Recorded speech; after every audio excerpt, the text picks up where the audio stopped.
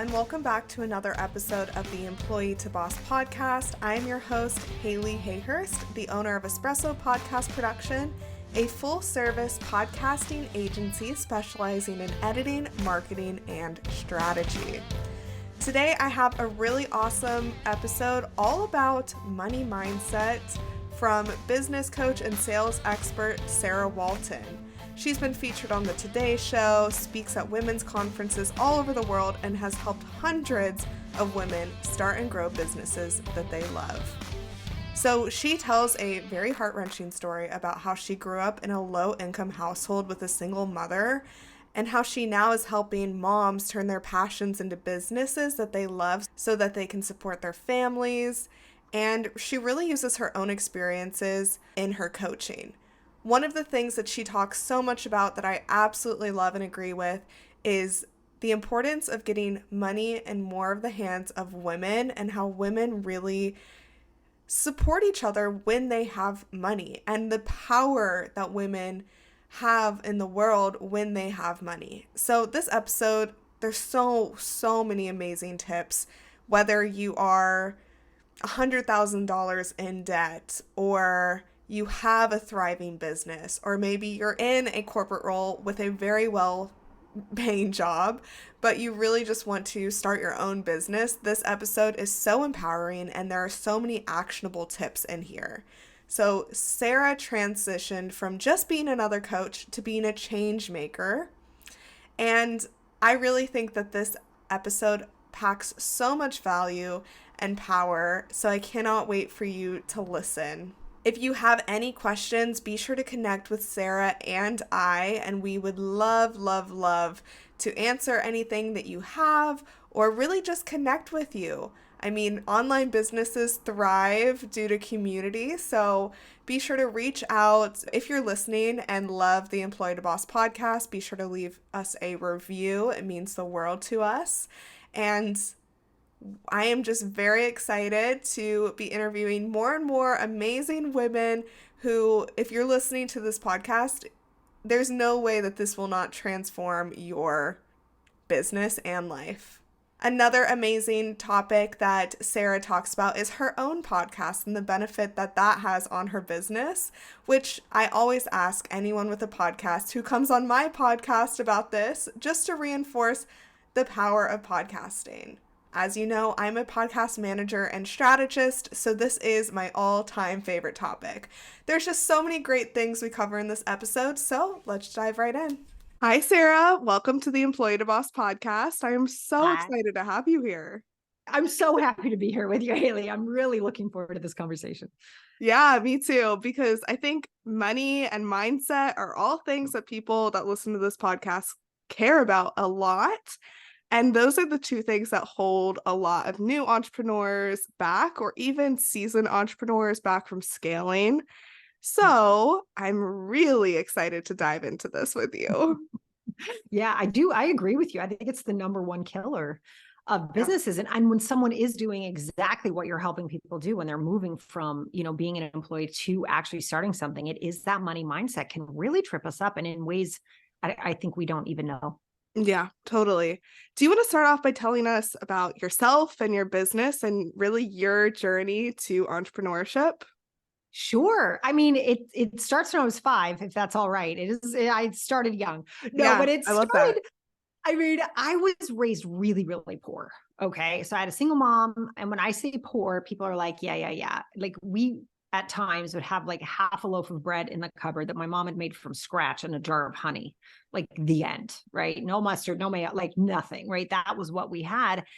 And so when I mentioned that, it's a real deep understanding of what it is to be afraid, right? And that fear we were just talking about, to be raised inside of that. When I was 5, I saw the Nutcracker on TV, and I thought it was the most beautiful thing I'd ever seen. And so I turned to my mom and I said, Mama, I want to do that. I didn't know what that was. I just knew it was pretty. So we couldn't afford dance lessons, obviously, as I was growing up. But there was also the introduction of MTV, which I know makes me sound 150 years old, but it is true. And so I learned how to dance by watching Janet Jackson and Paula Abdul, and really like getting into what dance was and how this worked. And my lifelong dream at that point was to make the high school dance team. because that was the real dance I got to see in real life, watching these girls do this. And so it came time for me to finally try it out. And I was so excited. And so I was in the basement doing my Janet Jackson, Rhythm Nation moves and my Paula Abdul pop-ups. And I was exhausted, but I tried out and I made the team. And I was so stinking excited. I could have died until I got the letter that talked about how much the company jacket was going to cost and how much the dance shoes were going to cost and how much the costumes were going to cost. And I don't know, Haley, if you've ever had that moment where you sort of like watch yourself go through something. It's kind of like, wow, she's having an experience. But that's what it felt like. Like my stomach fell through the floor. My mouth got dry. My hands were sweaty. And I was like, what the heck am I going to do? This is something I've wanted my whole life. And so what I decided to do was get a job at the mall. And if you don't know what a mall is, think Stranger Things, right? I know they don't exist really anymore. But I got a job at a little cart selling tchotchkes nobody needed, but it was the 80s, so it was cool. And I took my first paycheck to the grocery store where I could get it cashed because I didn't have my own bank account and they would cash your checks at the grocery store. So we're walking into the grocery store and my mom has my younger half brother by the hand and we're walking in. And as we go in, she says, Sarah, the strawberries are on sale. Can we get some? And so I'm thinking about the deposit for all my dance clothes and I'm thinking about the strawberries. And I'm like, yes, we can do that. So I go get my check cashed. I think she and my younger brother are going to get strawberries. And I go to meet them in the express checkout line and they're not there. And I'm like, what is happening? And I walk up and down the aisles and I finally see them in line with a cart full of groceries. And it's a cart full of groceries I know she can't pay for, right? So I'm looking at it and it's my brother's like favorite breakfast cereal. It's milk. It's bread for his sandwiches, his lunch meat, and the strawberries. And I'm standing there, Haley, and I'm like, I can pay for these groceries for my family, or I can pay for something I've wanted for as long as I can remember, but I can't do both. And at that moment, I made this really definitive decision that I could never take care of my family and myself. And I carried that through my entire life, all the way up through my corporate career, which was amazing, by the way. I got to work with some of the coolest people. I had a sexy job. It was great. I hated it, but I was very lucky at the same time, right? And I was sitting in my office one day and my daughter called me and said, Mommy, I miss you. And that was the day I remember the grocery store. I'd forgotten about it until that day. And I was like, oh, here I am with my stomach hurting all the time. My chest is tight all the time. I'm not sleeping. I'm constantly getting sick. I'm so unhappy. But I said, I couldn't take care of my family and myself. So my family's getting taken care of, but I'm not. And that was the day I left corporate. And it was not easy, by the way. It was very scary. It is so challenging, especially in this country where healthcare is attached to jobs and all those things. It's so frightening. But I think what happened in that moment for me was a recognition that if I had decided that I couldn't take care of myself and my family, I could undecide it too. And I think it wasn't a fast transition, but I think that was the day that started. And I don't mean to leave anyone hanging. Everyone's always like, did you buy the groceries? Okay. So that day, just so we don't leave people hanging, is I ended up buying the groceries. And what happened is another woman in my neighborhood, it's going to make me cry. She heard what happened. And she went and bought my costumes for me, which was incredible. And I've been telling this story since I've been in business for 15 years. And in 2019, I held a conference. I went back to Salt Lake City and I held a conference there and I got to bring her up on stage and acknowledge her in front of everybody. It was amazing. It was one of the most moving moments ever. And she's the reason my motto is I put more money in the hands of more women, because that's what women do when they have money, is they help other people to the levels she did. And it was so fun to get to acknowledge her. And then she passed away in 2020. So it was an amazing moment for me to remember that she has a legacy she implanted in me. And I hope to be able to share that with other people. So I hope I answered your question, Haley, but that's why I do what I do. That's the answer. Oh my gosh, that story just gave me goosebumps. That is so powerful and moving. And that is so sweet that you were able to bring her up on stage. It really makes me think about like how important community is. And, one of the things that you talk about a lot is like why women should have money. And I think that is just right there. Women help women when they have money. So that's powerful. That's really powerful. I've experienced it. I believe it. And I see it on the daily. Yeah. Yeah. So how do you help women get more money, right? Like what do you help them with to get more money in their hands, overcome these like mindset challenges? What is it that like women can do to get more money, right? Yeah, I think the number one thing is I'm going to say a really weird phrase, but I don't know how else to phrase it. It's just lift the veil. And the veil that's been put there is BS, right? The veil is you can't understand this. The veil is all of the crazy words that the financial industry uses to describe very normal things, right? Like all this stuff that happens around us that makes us think money is scary. The very first thing anyone should do if you're concerned about money is know what your net worth is. And that sounds funny. I hate the term net worth. You're a human being. You're invaluable. Your worth is not calculable. Okay. So let's be very clear about that. You are infinite. You are gorgeous. We are talking about what numbers happen to be in your life at this moment when we say net worth. That's it. I'd love to come up with a new term. Maybe I should work on the financial industry or something. But anyway, so the term is net worth. And the way that we calculate our net worth is we look at everything we owe. So it could be credit cards, it could be your mortgage, it could be what you owe your mom and your Aunt Tilly, it could be whatever, right? So any debt you have, and then all the assets you have. And when you look at all the assets you have, that's your checking account, your savings account, your 401k, anything you save for retirement, anything you've invested. Like if you love Apple and you buy Apple, great. If you like, I don't know, Summit Entertainment and that's what you invest in, good on you, right? Like whatever you're invested, those are all your assets. And your net worth is your assets minus your debts. That's it. And sometimes people are way, way below and they're like, oh my God, my net worth is negative $100,000. Awesome. It's so great that you know that. And there's no judgment on that at all. None. And I think that's the scary part. That's the other veil to lift up is that there's something that means something about you. It does not mean something about you. What it's pointing to is decisions you've made in the past. And chances are you've made the very best decisions you knew to make. That's incredible. And sometimes people will come to me and they'll be like, but Sarah, I'm in debt. I'm like, oh my gosh, welcome to planet Earth. The average American, I'm out to change this, right? But the average American is $50,000 in credit card debt. That's average. And the second I say that, they go, oh my God, really? I'm like, yeah, you're like, it's a welcome to planet Earth, man. It's all good. Everybody's just acting like this isn't happening. It's happening. Mm-hmm. But now you know. And what did you invest in? What did you spend that money on? And for most people, it's personal development, or it was their house, or somebody got sick. And I'm like, how effing amazing are you? That's what you spent that money on. And the fact that you did it with debt means you trusted yourself to pay it back. That's incredible. Like, let's look at those decisions. And all of a sudden the judgment goes away. So knowing your net worth is really important. And something that is so critical that I think so many people don't know is someone can be making $10 million a year and have a negative net worth. Like people don't know that. They're like, what? I'm like, oh my God, that is so possible. You're making 10, you spend 11, you have a negative net. Like, I don't know what to tell you, right? Like, and that's not hard to do. It's really easy when it starts flowing, you start spending, right? That's why it's so important after you know your net worth is one of the most important things you can do is look at what decisions you want to make to move it, if you want to move it, and you don't have to. And that's the other thing is we remove the pressure. So we're lifting the veil of all the BS that this is hard. This is no harder than third grade, fourth grade math. Tops. Like that's it. And thank God for Excel, because you can usually figure out how to add and subtract in Excel. You're done. You don't even have to do it yourself anymore, right? None of this is hard. None of it is scary. But we have been trained to think we can't figure it out, that we can't possibly understand it. And that is a lie. So it's really lifting that veil. It's getting the facts and understanding what decisions got you there. And then you go, okay. So a lot of people, I do this with, they're like, oh my God, my net worth is $800,000. I'm like, that's fantastic. They had no idea. Right. And I'm like, how great is that? What decisions got you there? Do you want to make more like that? And then they can start making different decisions.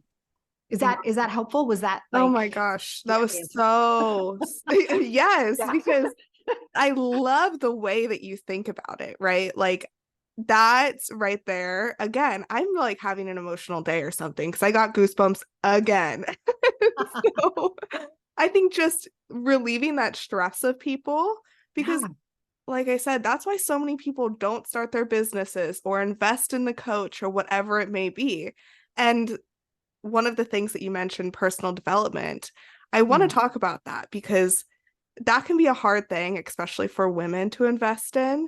Something that'll like move yourself forward, or, you know, even hiring a coach like you to help them with their money. I'm sure you come across this a lot. Maybe someone is $20,000 in debt, 30,000, however much it is, but they're like, okay, I need help. I need to change something, but to change something, I have to spend money. Do you experience that? That's interesting. I do. I experience that a lot. And okay, so underscoring all my work before I answer this question, because this is really important, Haley, is that as women, we have also been trained to not only be afraid of finances, which everybody has, men and women alike, children, whatever gender you associate yourself with, everybody's been that, right? So we have that. And then I think the other thing I really want us to pay attention to is that as women specifically, we're taught to betray ourselves as fast as possible. And this is why I'm so happy to see what's happening with Gender Happening, because I think it's very, very important. But it'll start, especially, if you're identifying as a girl at a young age, you'll hear things like, oh, stop crying. Where's my pretty girl? Aren't you cute? That's so sweet. But never about the person inside. It's all about the identity on the outside. And what that teaches us is something that's called high functioning codependence. So the high functioning piece of that, anybody listening is like, dude, I'm high functioning. I know that, right? Of course you are. You're amazing, right? So you're even thinking about launching a business. You're already incredible, right? There's a high functioning human doing that. So what happens is we're able to function at such a high level, right? But it's exhausting. But because we've been told our emotions don't matter, we've been told from a very young age, what you think and what you feel is making me uncomfortable. So stop doing it and look pretty. And not just look pretty, make me comfortable. Right? Get my food, do this thing, run over there. And I call it the invisible work that a lot of women do that makes the world work.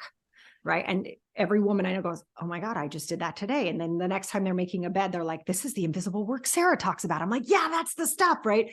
We don't get paid for it. We're expected to do it. And it makes everyone else comfortable. So there's this constant reinforcement of don't do anything that makes anyone else uncomfortable. Make sure everyone else is okay first. And this creates this world of over responsibility and a massive betrayal of self, which brings us to this moment of, I have to spend money in order to get a change to happen, right? Maybe. But the first thing I'll tell anybody is, let's unlock where the self-betrayal lies so your true self can actually answer the question. And that might sound woo-woo or kind of like esoteric for a second, but just think about how many times you have said yes to something you didn't want to say yes to because everyone else was doing it. How many times have you thought, I have to set up my business this way because that's quote unquote the way it's done. I hate it. I don't want to do it, but I have to. That's a form of self-betrayal. And it has been taught to us, especially anyone identifying as female, it has really been ingrained in us. Do not listen to yourself. And all the way to the extent, just a slight trigger warning here, but I do want to pinpoint how critical this is and how deep this goes. Is I spend a lot of time with women who have survived rape. And a lot of the times when I'm working with them or I'll coach them, I don't have my time to coach them. They'll be talking about, I knew the second I heard his voice, but I didn't want to be rude. And I'm like, that's the extent we will go to. We will put ourselves in that much harm's way to not be rude, to not make anyone else uncomfortable. And that is like what we've been trained to do. And I share that, again, not to shock anybody or make anybody feel bad, but for us to understand the levels to which this is ingrained in us. So when someone comes and, they're dealing with even that crisis, the physical part's not hard to get over. What's hard to get over is the self-betrayal. And so when we're looking at the self-betrayal around money, right? Did you spend that money or would you spend that money because your inner creative soul is like, oh my God, get out of my way. This is my next step. Then the answer is absolutely a yes. If you are going to spend money because you feel like the coach is pressuring you, or you feel like you have to, or if I don't do this, I'm missing out, which I apologize for all business coaches everywhere. That crap people put on people. I hate that, right? That is self-betrayal. And it won't work. You'll spend the money and it won't work. It only works if you invest in the money with a full soul and heart that's ready to transform at a level you've never experienced before. If you're excited and lit up and you know that feeling and you're leaning forward when you're talking to the person, invest. If you are finding your stomach hurts or you're leaning back or you're starting to get nervous, no. The answer is no. Doubt means don't.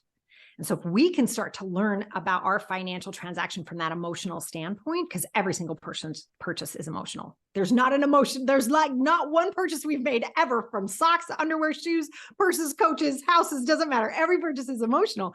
So if we can tap into that really honest, creative, beautiful part of our souls when we're looking to purchase, you'll never make a mistake. I love that simple mindset shift and just like listening to your intuition, listening to like what's happening inside your body.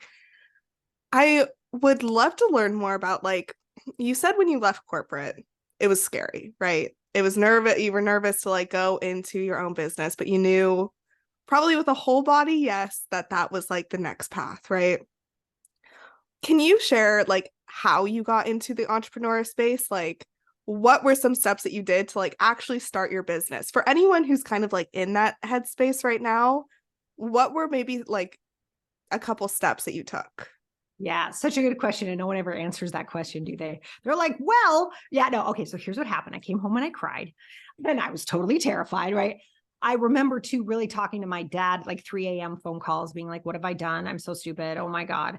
And what I chose to do as a coach, right? So just to back up a hot second, I did not know what coaching was. I didn't know it was a thing. What would happen is I'd go to work every day and other people's teams would come in and be like, can you help me craft this email to get a raise? My team isn't listening to me. What do I do? I'm really nervous that I'm not going to get the position I want, that sort of stuff. And I was coaching people without realizing it. And I was like, I just want to do this part. I don't want to now have to do the rest of my job. So it was coaching, but I didn't know it. So I took that knowing and started calling people. To be totally straight, I didn't have a website yet. I didn't know what I was going to create, but I took that knowing and decided to try it out on a couple people. So I invited 5 people over to my house. And I said, if I were to coach you on something that would move your life forward, what would you want it to be? And I just had an open conversation with people around the table, literally. So I took their notes and then I took my own pain, which I think almost every single entrepreneur, it doesn't matter if you're making candles or lotion or a car windshield cleaner, I don't care, like pick a thing, or your coach, it's usually created from our own pain. A problem we're trying to solve. So I took that as well. And that was the birth of my money mindset course. And I ended up going through what would I need to change? What would happen here? And I just started building it. And then I called 2 of the 5 people who'd come over and asked them if they would take it with me. And once they took it with me, I took their testimonials and I started to ask them what I could do better. What would you change? And then I moved that to a group program where I had people in other states that I knew I didn't try to sell anything. I just put people in other states and did it over the phone because Zoom wasn't around yet because I'm 345 years old. So then we did that. And I was like, oh my God, I can do this as a group. And around the group, what happened is people started to talk even more about money. And that ended up becoming a different group program. And the money mindset course is still for sale on my site today. That is awesome. Community is so big for you. And I love that. That's a huge aspect of entrepreneurship that it seems like you just jumped right into, which awesome. That is incredible that you had so many connections of people who wanted to help you. If you think back to that, like very in the beginning, what were some common things that you saw people needing to overcome that you like still see them need to overcome today? That is such a good question. I think self-confidence is still the biggest one. Like, and I know people talk about imposter syndrome, which isn't my favorite because I think imposter syndrome is so self-centered. And I don't say that to be judgy. I say it because no one's thinking about us, you guys. I say that all the time. Like when I'm helping people with marketing, they're like, but I'm like, nobody cares what you think. I love you. I think you're awesome. Nobody cares.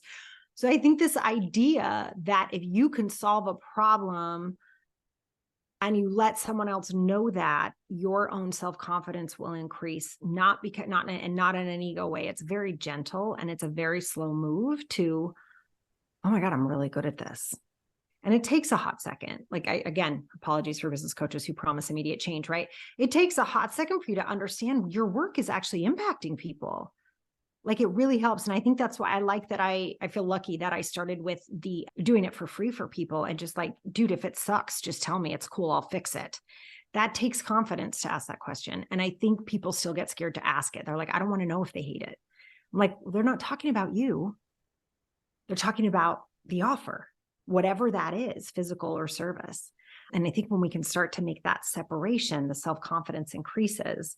But it's one of my favorite questions to ask. And I want to make sure I'm being honest with you here, but I don't think I've ever had a client I haven't had to have this conversation with. I'm racking my brain to make sure that's true. I think it is.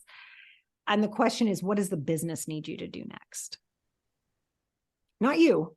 Mm, Not your neighbor, not your client. What does the business need you to do next? And when we yeah. can separate ourselves from the business like that, stuff starts to explode. I like that a lot. And that's totally true with people not wanting to post because they're worried about what people are going to think of them, all these things. And you just kind of have to get over that to be successful, really. It's so true.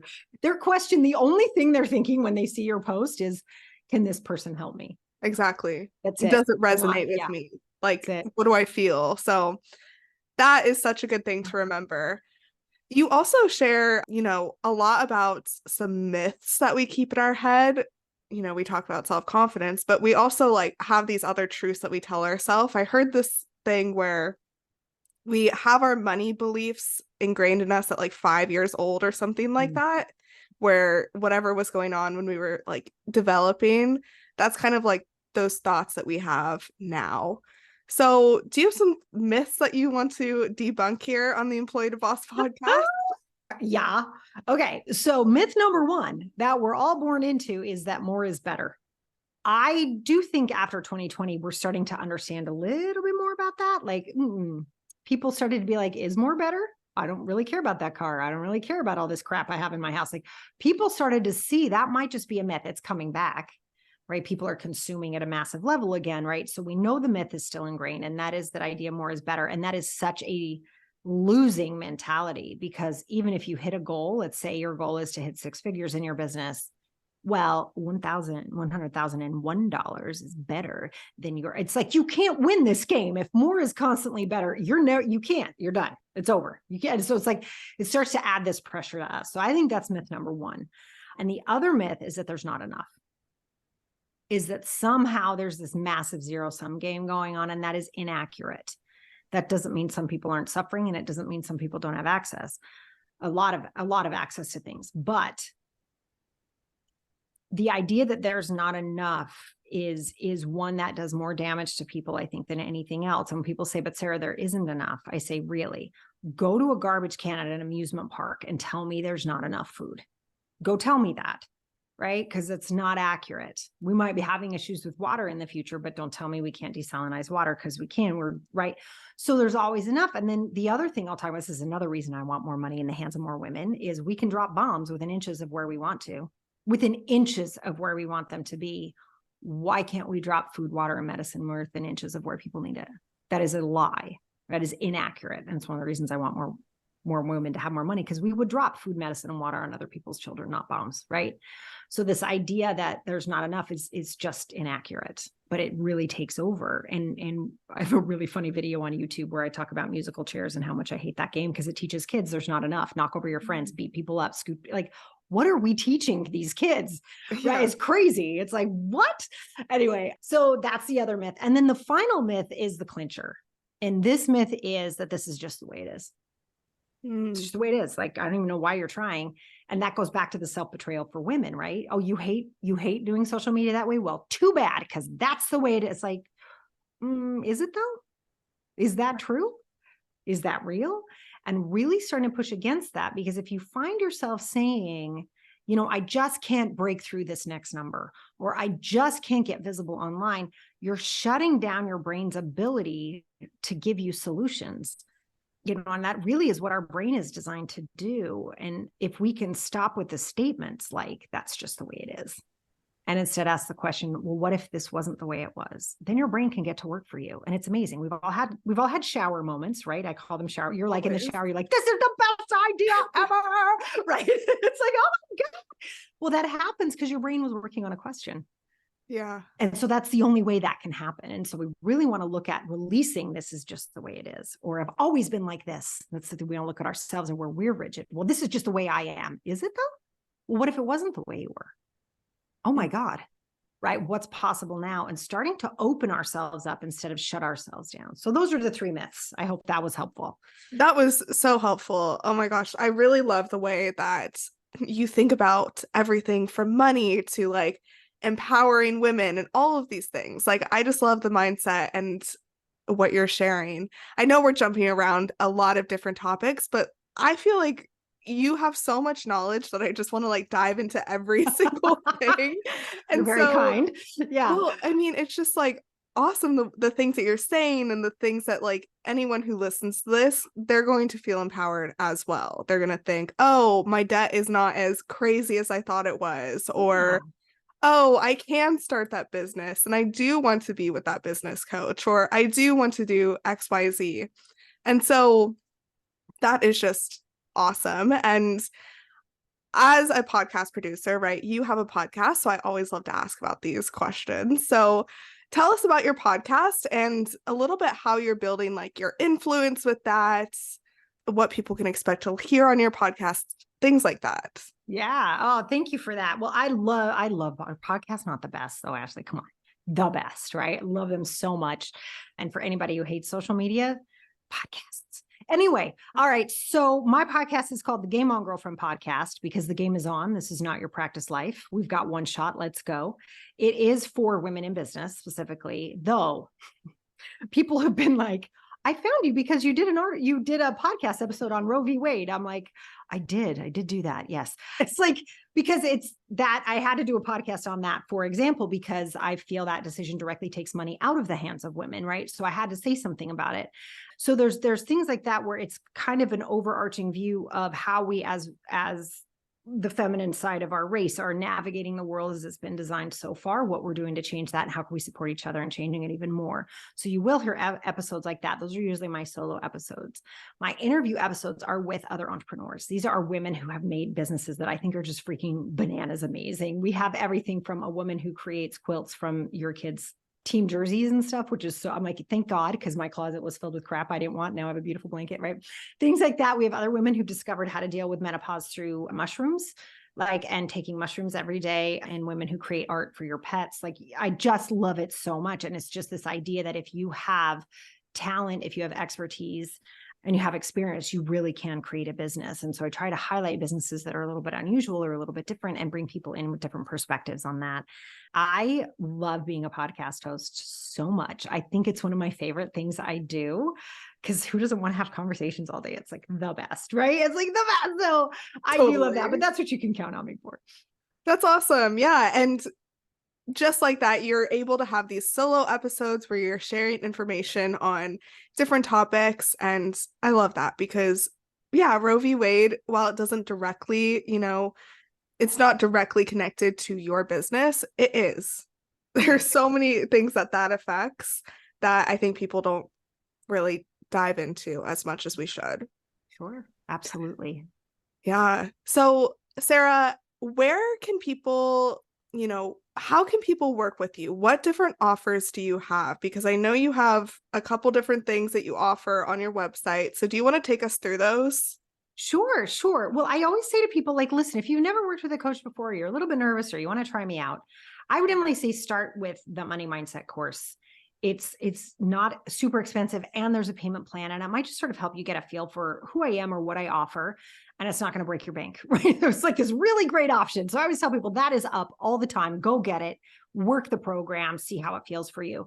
And then once a year, I offer my sales mastermind. That is a 6-month pretty intense coaching program where you're with me for 6 months. I'm teaching you the skill of sales, but I really happen to believe that business success is 20% strategy, which I'll give you every sales strategy on the planet. You get to choose what works for you. And then it's 80% mindset. So I'm there for that piece.